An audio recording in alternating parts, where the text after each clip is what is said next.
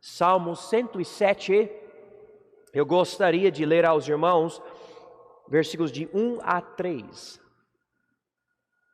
Louvai ao Senhor, porque Ele é bom, porque a sua benignidade dura para sempre. Digam-no os remidos do Senhor, os que remiu da mão do inimigo, e os que congregou das terras do Oriente e do Ocidente, do Norte e do Sul. Ele inicia esse salmo com essas palavras: louvai ao Senhor, porque Ele é bom, porque a sua benignidade dura para sempre.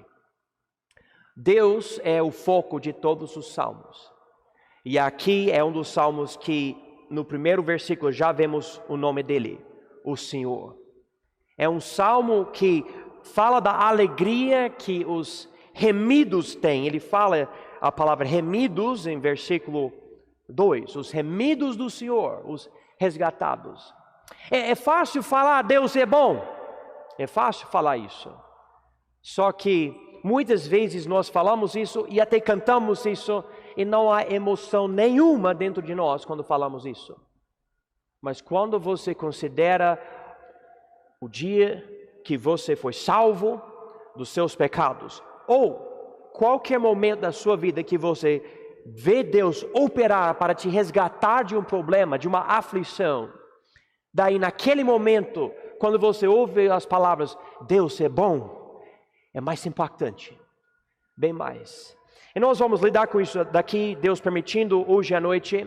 Salmo 107 é o primeiro salmo do 5º livro dos Salmos. E esse salmo é um salmo de louvor e de sabedoria. Na verdade, Salmo 107 liga o nosso louvor, o louvor dos remidos, com a sabedoria que Deus dá aos remidos. Você nota que, como ele começa com louvor em versículo 1, louvai ao Senhor porque Ele é bom, porque a sua benignidade dura para sempre, mas ele termina o salmo em versículo 43 desse jeito: quem é sábio observará estas coisas, e eles compreenderão as benignidades do Senhor. E então existe nesse salmo uma ideia importantíssima. Você não vai corretamente louvar a Deus e compreender a benignidade dele, que merece esse louvor, sem ser, preste atenção, sem ser sábio. É o sábio, versículo 43, que observa estas coisas. É o sábio que tem olhos abertos para a mão de Deus na vida dele. Ele nota, Deus está operando. Sabedoria é uma coisa interessante. Nós todos devemos buscar a sabedoria e ninguém nasce com sabedoria. Sabedoria não é intelectualidade ou conhecimento ou inteligência. Sabedoria, olha, você pode ser cientista, você pode ser, estudioso, você pode ser escritor de vários livros, você pode ter PhD e ainda não tem sabedoria. Por exemplo, mantendo um dedo aqui, vamos para Salmo 14, por favor. Salmo 14. E diz aqui em Salmo 14, versículo 1, disse o nécio no seu coração, não há Deus. Muitos que têm PhD dizem que não há Deus. Então, diante do mundo, inteligentes. Diante de Deus, ele fala, eles são nécios. Então, há uma diferença. O nécio anda sem pensar sobre a existência de Deus e o significado dessa existência. O sábio, ele pensa, Deus existe, Ele é real, Ele me criou esse universo, Ele está ativo em tudo que Ele criou. Então, o que acontece na minha vida, Deus está usando na minha vida. O meu pastor, ele fala, para você ver a mão de Deus na sua vida, você tem que tirar todas as causas secundárias. Ou seja, as coisas, ele caiu porque ele tropeçou. Não, peraí. Deus permitiu a coisa ali que deixou ele tropeçar. Então você vê a coisinha, a pedra. Mas o sábio, se você é sábio, você fala, mas Deus, por que isso aconteceu? O que é que o Senhor está querendo me mostrar? Isso passou na minha vida, qual é o seu objetivo? Qual é o alvo do Senhor na minha vida? Você tem dinheiro, e daí você não tem. Por quê? Você tem boa saúde, e daí você não tem. Deus está dormindo. Não, Deus não está dormindo. Deus está de viagem, está de férias, está na praia. Não, claro que não. Deus esqueceu de mim, Ele está mexendo com outras coisas. Claro que não. Ele está aqui, sempre. Quando eu estou no culto fisicamente, mas mentalmente eu estou pensando em outras coisas, Deus ainda está aqui, operando, ativamente. Então tudo que acontece nas nossas vidas, o sábio pensa, ok, Deus está fazendo algo. E eu quero aprender através dessas coisas. Então aqui em Salmos 107, ele fala, louvai ao Senhor, mas em versículo 43 ele diz, quem é sábio observará estas coisas, e eles compreenderão as benignidades do Senhor. Basicamente, o sábio faz o seguinte, ele compara o que é que acontece na vida dele com as Escrituras. Ele passa tempo na Bíblia, que é a revelação especial de Deus ao homem. E ele fala, ok Deus, o Senhor me deu esse livro para eu te conhecer e entender a tua vontade para mim. O sábio fala, eu vou consumir esse livro. Eu vou ler, eu vou estudar. Quando eu não entendo palavra, eu vou pegar dicionário, alguma coisa, eu vou entender esse livro. Eu vou entender esse livro. Havia um pastor... ele é o meu polêmico, o nome dele era Jack Hyles. E pessoas falavam que o inferno não existe. E ele lutava com essa ideia na mente dele. E ele tinha a maior igreja batista independente no mundo, perto da cidade de Chicago, nos Estados Unidos. Milhares e milhares de pessoas nessa igreja. E ele decidiu, para saber o que a Bíblia fala sobre o inferno, ele ficou de joelhos, ele orou a Bíblia inteira, de joelhos, para saber exatamente o que a Bíblia fala sobre o inferno. Porque ele queria saber o que é que Deus fará. No caso, o sábio, ele faz exatamente isso. Eu quero entender. Eu não quero meramente viver a minha vida fazendo as minhas coisas como se Deus estivesse longe de mim, vivendo a vida dele, não se importando comigo. O sábio diz, não, cada passo que eu faço, Deus está aqui. Cada coisa que eu falo, Deus está aqui. E se algo der certo ou não, Deus está ativamente aqui. E Salmo 107 manifesta essa sabedoria, essa compreensão. Salmo 107 destaca como Deus opera e mostra que muitas vezes Deus traz aflição para os arrogantes e traz livramento aos que clamam a Deus. E nós vamos ver isso daqui.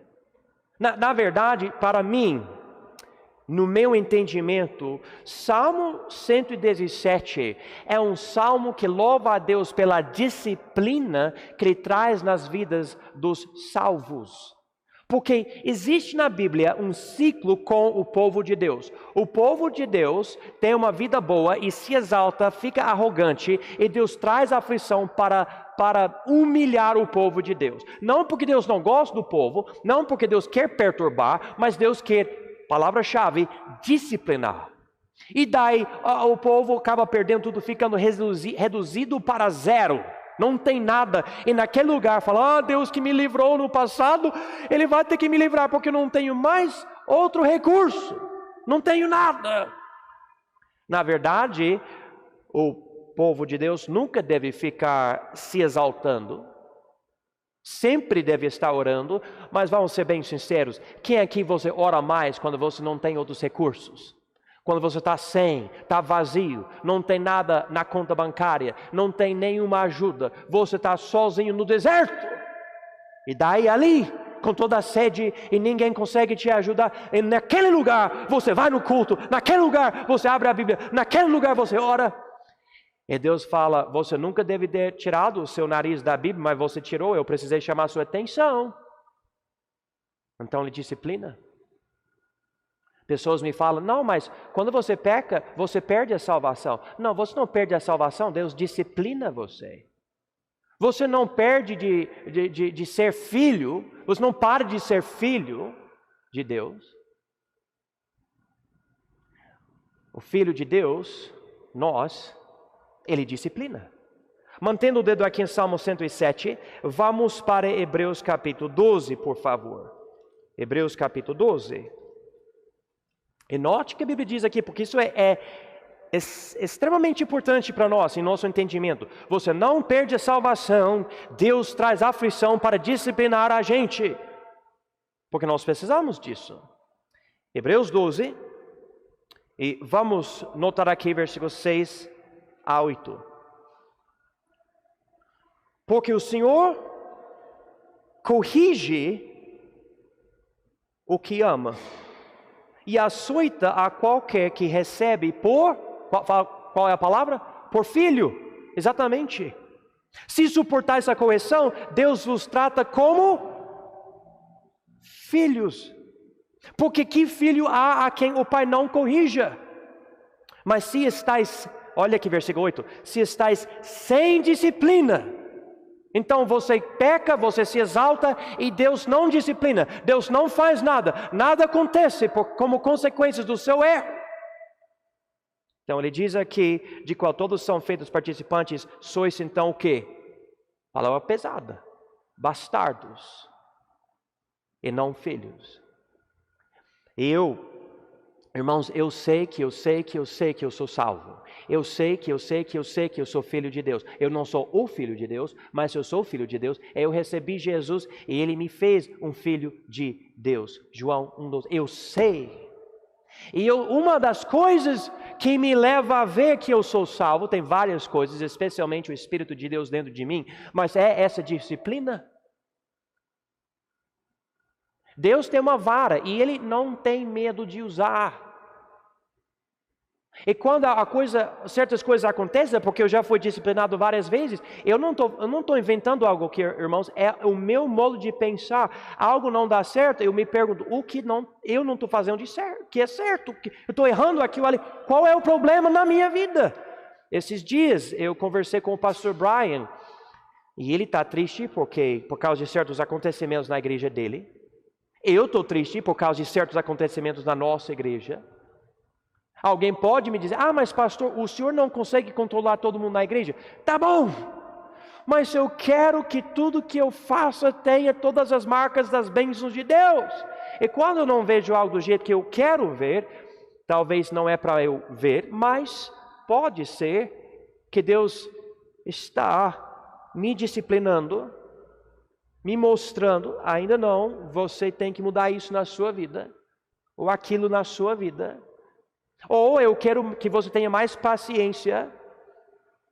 Um homem entrou em contato comigo esses dias, dizendo que a igreja dele e a família dele não tem dinheiro. E eu conversando com ele, eu falei para ele, a nossa fé tem que ter paciência. Tem que ter paciência. E às vezes Deus demora em fazer algo, porque nós precisamos de mais paciência. Eu quero agora, eu preciso agora. E Deus fala, não, você não precisa agora. Mas na hora certa eu passo a você. Você confia em mim e você fala assim, eu confio em ti, então espera. E na hora certa, o que você precisa para a sua vida, eu vou te dar. E se você não precisar, eu não preciso te dar. Agora, esse é a introdução do Salmo. É um salmo um pouco maior, eu não vou ensinar tudo nos versículos. Vamos ver o que está aqui. Eu vou falar algumas coisas e a gente vai ver até o fim do salmo. Salmo 107 tem essa introdução em versículos 1, 2 e 3. E daí ele dá 4 casos diferentes. Se vocês quiserem marcar com uma caneta, isso vai ajudar você quando você um dia voltar para Salmo 107. E daí ele dá um louvor que enfatiza sabedoria no fim do salmo. Então, aqui, Salmo 107, já lemos versículo 1, por causa da bondade de Deus, devemos louvar a Ele. Versículo 2 diz, digam-no os remidos do Senhor, os que remiu da mão do inimigo, e os que congregou das terras do Oriente, do Ocidente, do Norte e do Sul. E aqui eu vejo algo tão lindo, porque eu vejo a igreja aqui. A igreja é um povo composto de todo tipo de pessoa imaginável, mas todas as pessoas que verdadeiramente são da igreja são remidas, resgatadas, salvas. E nós podemos, pessoas de cores diferentes, de classes diferentes, de línguas diferentes, de mentalidades diferentes, de fundos diferentes, todo tipo de coisa diferente. E Deus nos salva, Ele nos congrega, e nós estamos aqui, e nós louvamos a Deus juntos, nós cantamos firme nas promessas, e cantamos assim, com alegria, e todo mundo aqui é diferente. Mas se você recebeu Jesus, você tem algo que eu tenho, a salvação. E esse é o motivo do nosso louvor, é o motivo. Agora, dizendo isso, vamos ver o que nós passamos, coisas difíceis. Vamos para o deserto. O primeiro caso é o deserto. Versículo 4. Andaram desgarrados pelo deserto, por caminhos solitários, não acharam cidade para habitarem. Famintos e sedentos, a sua alma neles desfalecia. E clamaram ao Senhor na sua angústia, e os livrou das suas dificuldades, e os levou por caminho direito, para irem a uma cidade de habitação. Esse é o primeiro dos 4 casos em Salmo 107. E nós vemos nesses 4 casos o mesmo ciclo, o ciclo dos remidos: angústia, oração com resposta e louvor. 3 coisas. Esse é o ciclo que todos nós podemos passar. Cada vez que você chega a um ponto de alegria, você pode acabar ficando arrogante, coração duro, e Deus disciplina, e você volta para a aflição, e daí você clama a Deus, e Ele exalta a gente novamente. No caso aqui, ele fala do deserto. Especificamente nesse deserto, o povo anda e não consegue achar uma cidade habitável. Está procurando o seu lugar nesse mundo, mas não consegue achar. Fica perdido, querendo algum tipo de alívio e não consegue achar.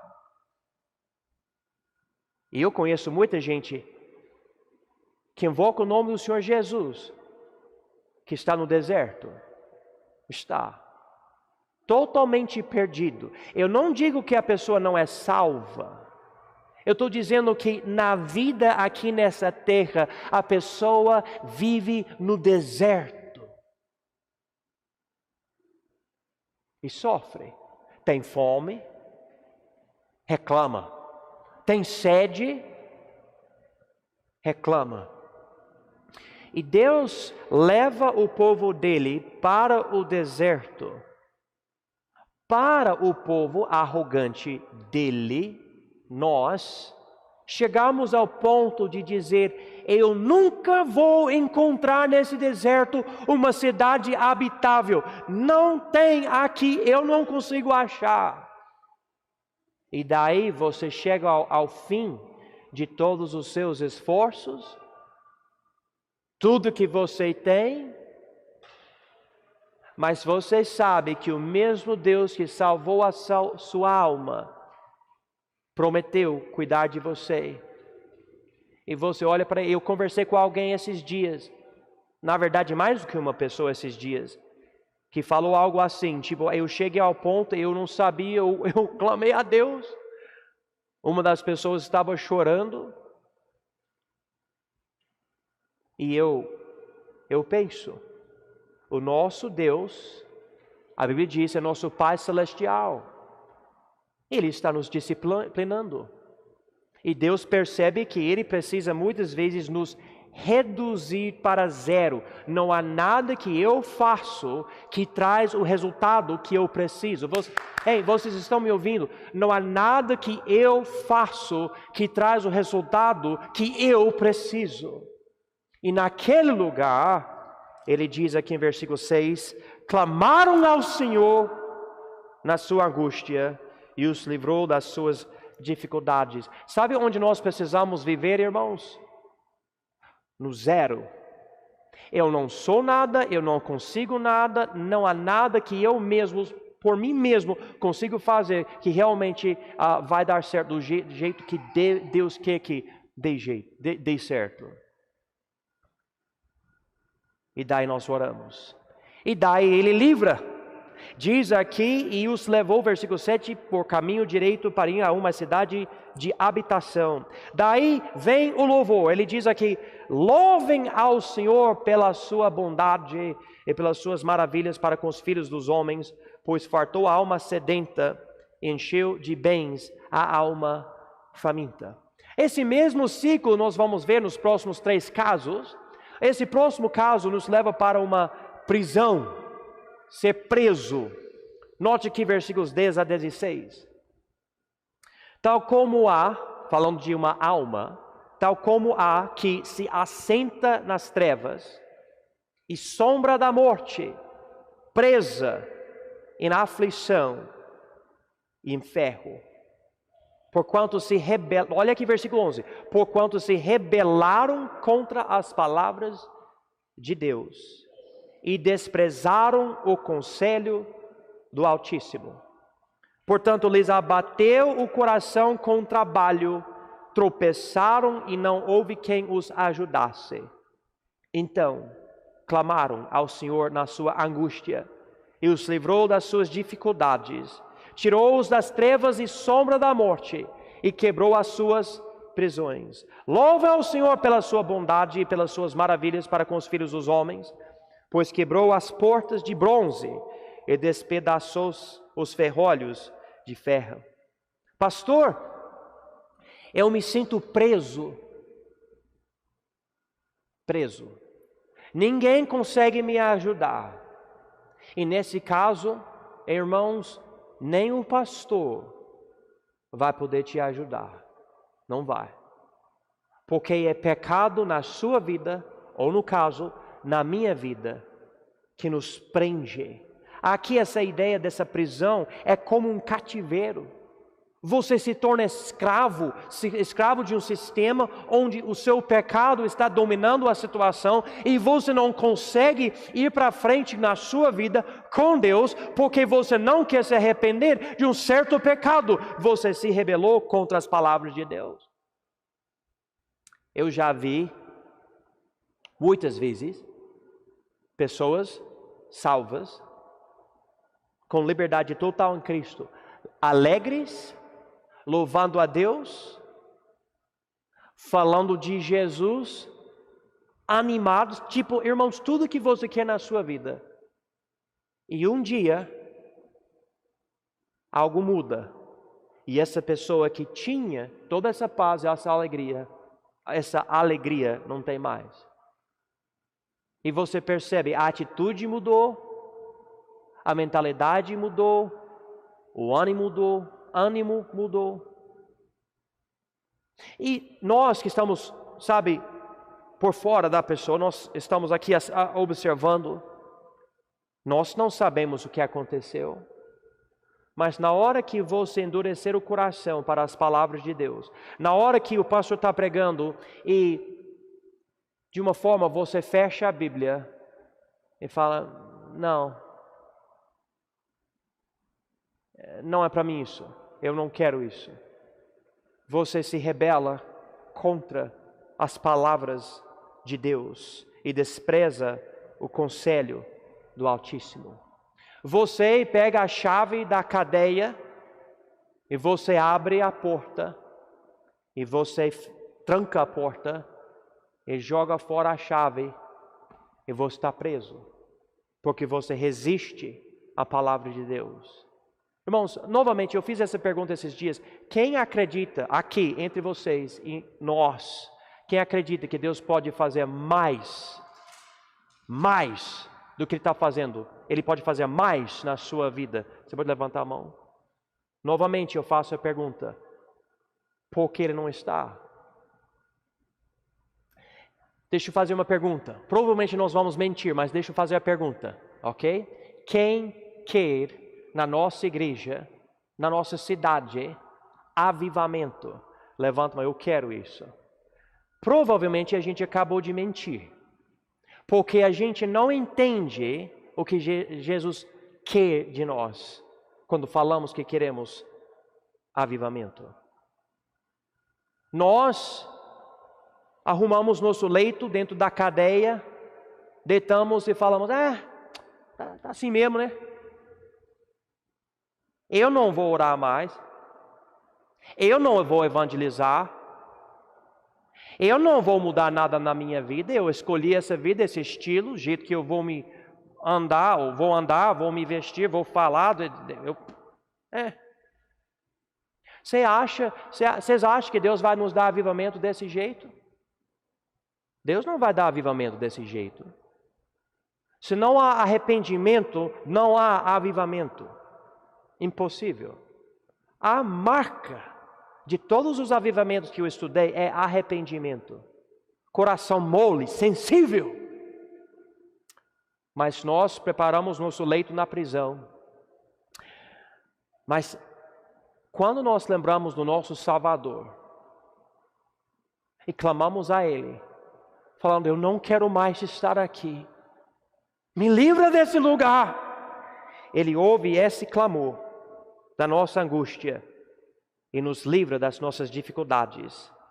Ele fala muito mais aqui, versículo 16, ele diz, pois quebrou as portas de bronze e despedaçou os ferrolhos de ferro. Daí isso nos leva para o terceiro caso. O terceiro caso aqui é doença. Versículo 17. Os loucos, por causa da sua transgressão e por causa das suas iniquidades, são aflitos. Aqui ele usa transgressão e iniquidades. E eu sei que alguém salvo pode também ser louco, porque cada pecado é loucura. E isso pode trazer aflição. Versículo 18. A sua alma aborreceu toda a comida e chegaram até as portas da morte. Então clamaram ao Senhor na sua angústia e Ele os livrou das suas dificuldades. Enviou a sua palavra e os sarou e os livrou da sua destruição. Louvam ao Senhor pela sua bondade e pelas suas maravilhas para com os filhos dos homens. E oferecem os sacrifícios de louvor e relatam as suas obras com regozijo. O povo no deserto, no primeiro caso, andava sem uma cidade habitável. O povo nas prisões andava sem ajuda, a passagem diz. Aqui, no caso da doença, essas pessoas andam sem esperança de vida, sem esperança. Diz aqui em versículo 18, chegaram até as portas da morte. Da morte. Eu já preguei uma série de mensagens, eu acho que 9 mensagens eu preguei aqui, talvez menos ou mais, eu não lembro exatamente, sobre depressão. E como vários homens de Deus na Bíblia e outros queriam se matar. Chegaram a um certo ponto, tirando os olhos de Deus, que é pecado, que não é pela fé, é pecado. Não, eu não aguento mais isso, eu não quero viver mais, essa daqui está tão ruim. Pessoas às vezes me falam, pastor, eu estou vivendo o inferno agora. Eu falo, meu amigo, você não entende nada falar que aqui é o inferno. Aqui nem chega perto. Alguém já se queimou com fósforo ou no fogão? Aqui não é o inferno. Aqui não é nada comparado com o inferno. Não aguento mais, hein? Jesus morreu por você, eu acho que você consegue aguentar mais. Mas pode ser que Deus traz essa aflição para a sua vida, para você ficar reduzido para não depender mais de si. E naquele lugar, lágrimas nos olhos, você olha para o céu de novo e fala, ó Deus, por favor, me ajude, socorro. E a Bíblia diz, clamaram ao Senhor na sua angústia, e Ele os livrou das suas dificuldades. Enviou a sua palavra e os sarou e os livrou da sua destruição. Ele fala, depois disso, louve ao Senhor pela sua bondade e pelas suas maravilhas para com os filhos dos homens.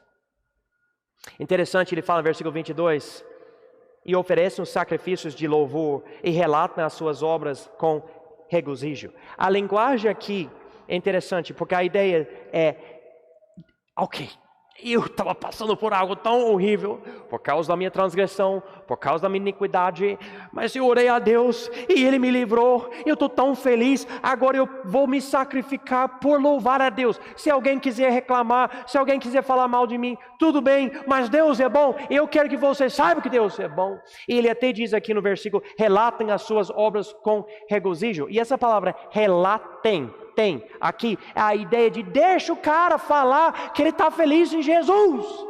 Eu penso sobre um momento de dar testemunhos na ceia do Senhor que nós tentamos fazer cada vez. E deixa a pessoa falar, se Deus fez algo na sua vida, eu quero saber. E nós devemos apoiar a pessoa que quer dar seu testemunho. E olha, aqui não é sempre testemunho. Eu me lembro quando eu recebi Jesus como meu Salvador. Amém! Isso é maravilhoso. Mas vocês sabem que a palavra salvação é mais usada na Bíblia na questão de salvação durante a vida aqui do que salvação do inferno? Porque a vida cristã sempre envolve esse tipo de salvação. Deus nos coloca num lugar impossível, não tem jeito, o que eu vou fazer? E Deus fala, você vai confiar em mim? Clama a mim, eu vou com o meu nome, e eu vou te resgatar do problema. Ele nos resgata, Ele nos tira, Ele nos levanta. Então o crente, e somos falhos, irmãos, esquecemos disso, o crente deve sempre ser alegria esses dias, irmãos. Eu não posso contar muitos detalhes, mas eu estou passando por algo difícil, e eu conversei com alguém, eu não falei do modo que eu deveria ter falado. Eu falei sem fé, meu jeito de expressar algumas coisas. E daí eu estava pensando sobre o que eu falei tudo. E daí eu pensei sobre coisas que Deus tinha feito na minha vida para me salvar de certas situações no passado. E eu me arrependi, eu pensei, nossa, mas estou errando. Isso, o que eu falei, me incomoda até hoje. Eu expliquei para a pessoa, eu não gostei do meu jeito de falar. Eu até falei para essa pessoa que eu já vi Deus operando na minha vida, eu não devo agir desse jeito. Mas Deus traz coisas para nós e nós precisamos louvar a Ele e falar, Senhor, o Senhor cuida de mim, o Senhor me resgatou, o Senhor me ajudou. Na verdade, irmãos, eu vou dar uma bronca um pouco nos irmãos hoje à noite, mas presta atenção. Quando eu falo para vocês, em quem testemunho, Todo mundo deve levantar a mão. Pastor, eu tenho algo para falar. Amém. Isso mesmo. Vera fica de pé, pulando, dançando. Pastor, escuta. Deus está na minha vida, operando. Amém. Aleluia. Amém. Aleluia. Por favor, vai correndo, vai dançando, vai pulando. Ele é Deus. Ele é bom. Isso, benigno, bondoso, maravilhoso. Sim, até Vera deve fazer isso, certo, Vera? Deve ser desse jeito. Mas nós, pastor fala, em quem tem testemunho?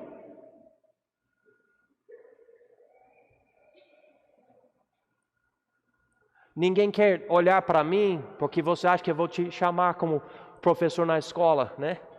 Na sala de aula. Você tem testemunha? É tão bom. Irmãos, presta atenção. Uma das coisas mais gostosas no culto de uma igreja é quando os irmãos têm um testemunho e fala de Deus nas vidas deles.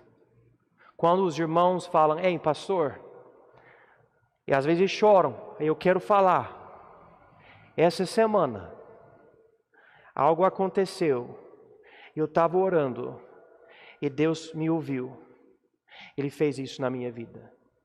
E está faltando isso aqui na Igreja Batista Independente de uma forma grande. Eu quero isso.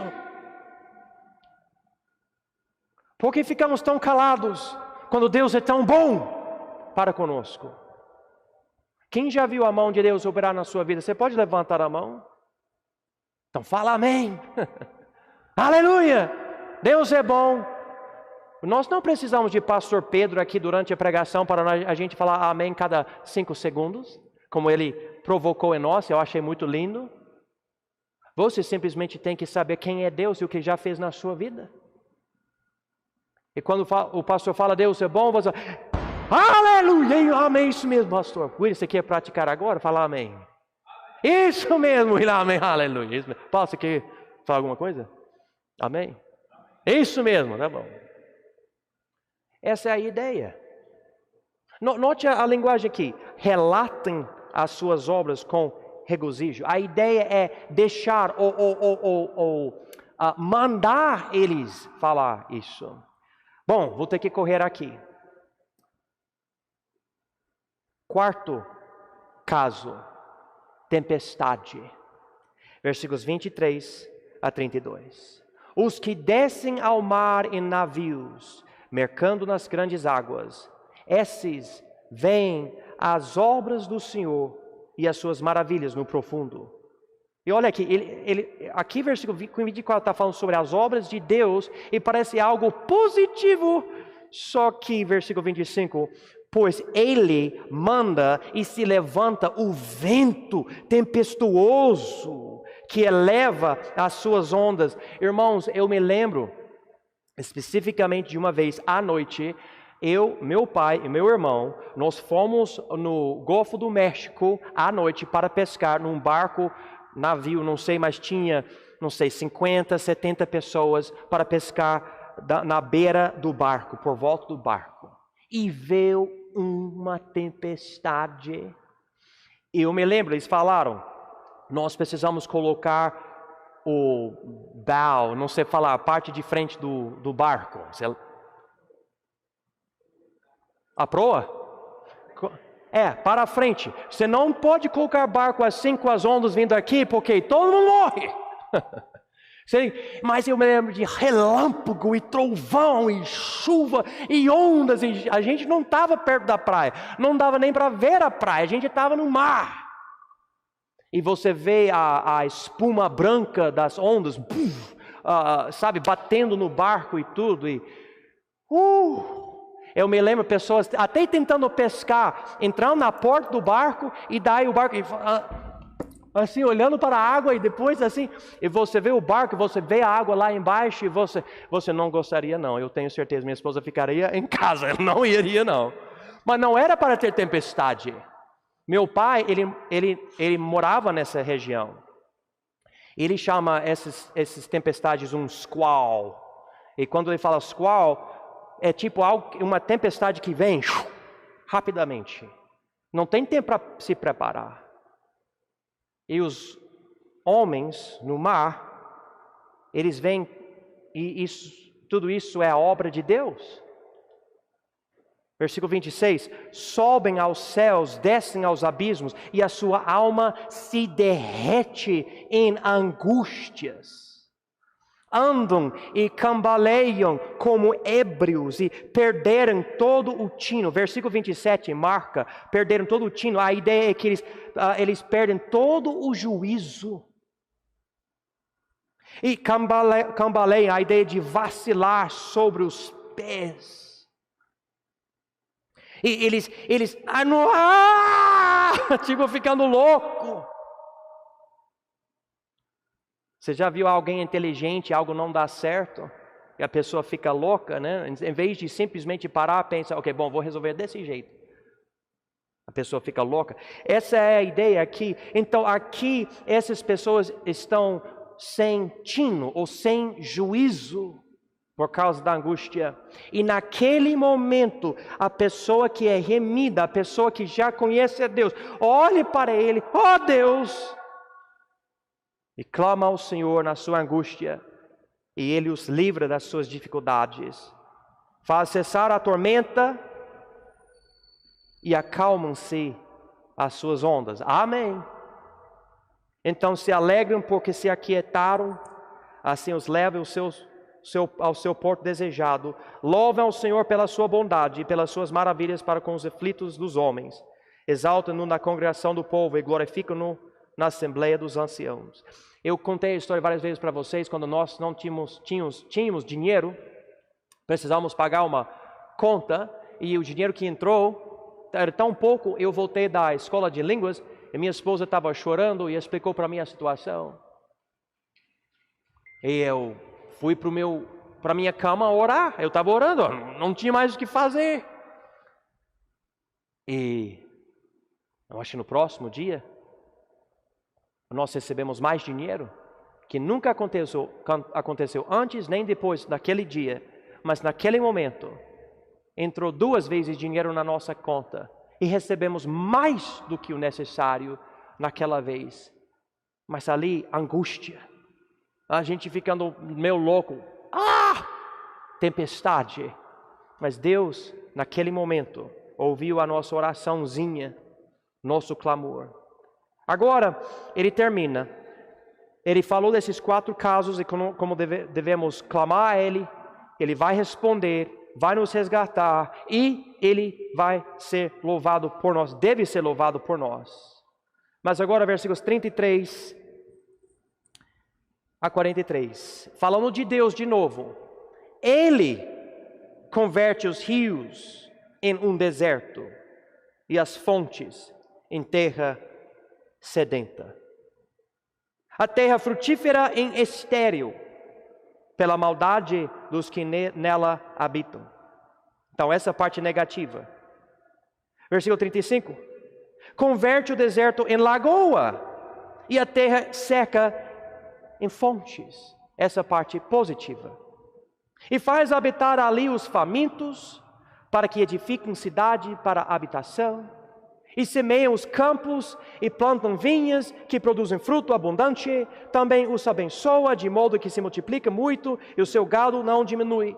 Então esse povo não tinha nada, esse povo clama a Deus, esse povo recebe tudo o que precisa e agora tem frutos, tem crianças, tem uma casa, tudo é maravilhoso. E daí o que acontece? Versículo 39.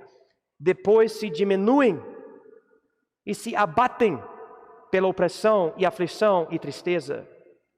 Derrama o desprezo sobre os príncipes e os faz andar desgarrados pelo deserto, onde não há caminho.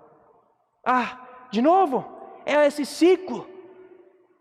Então, irmãos, quando está tudo ótimo na sua vida, não para de orar. Quando está tudo maravilhoso, tenha humildade. Agora, porque eu passei por várias coisas, eu fico até com medo. Às vezes, quando eu não tenho aquela angústia na minha oração, é meio preocupante, porque eu penso, olha, se orar para mim é algo, não posso, não preciso, essa atitude, eu já fico com medo que Deus vai falar, você precisa de angústia na sua vida. Versículo 41, porém livra ao necessitado da opressão, em um lugar alto, e multiplica as famílias como rebanhos.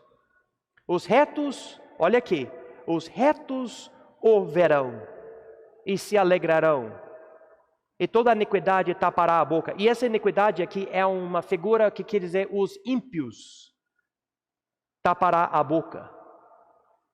Daí ele conclui com essa sabedoria. Então, por favor, pegue essa ideia, irmãos, essa conclusão hoje à noite. Quem é sábio observará estas coisas, e eles compreenderão as benignidades do Senhor. Todos nós devemos ter um testemunho. Todos nós devemos louvar a Deus. Se você já foi remido, você tem algo para falar. Não esquece disso.